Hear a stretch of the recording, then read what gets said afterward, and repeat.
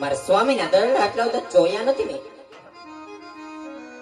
આ જેવા તે કયા વિપતના વાદળ સુવાઈ ગયા હશે મારા નાથની ઉપર, કે મારા નાથના મુખડા આટલા બધા જણાય છે.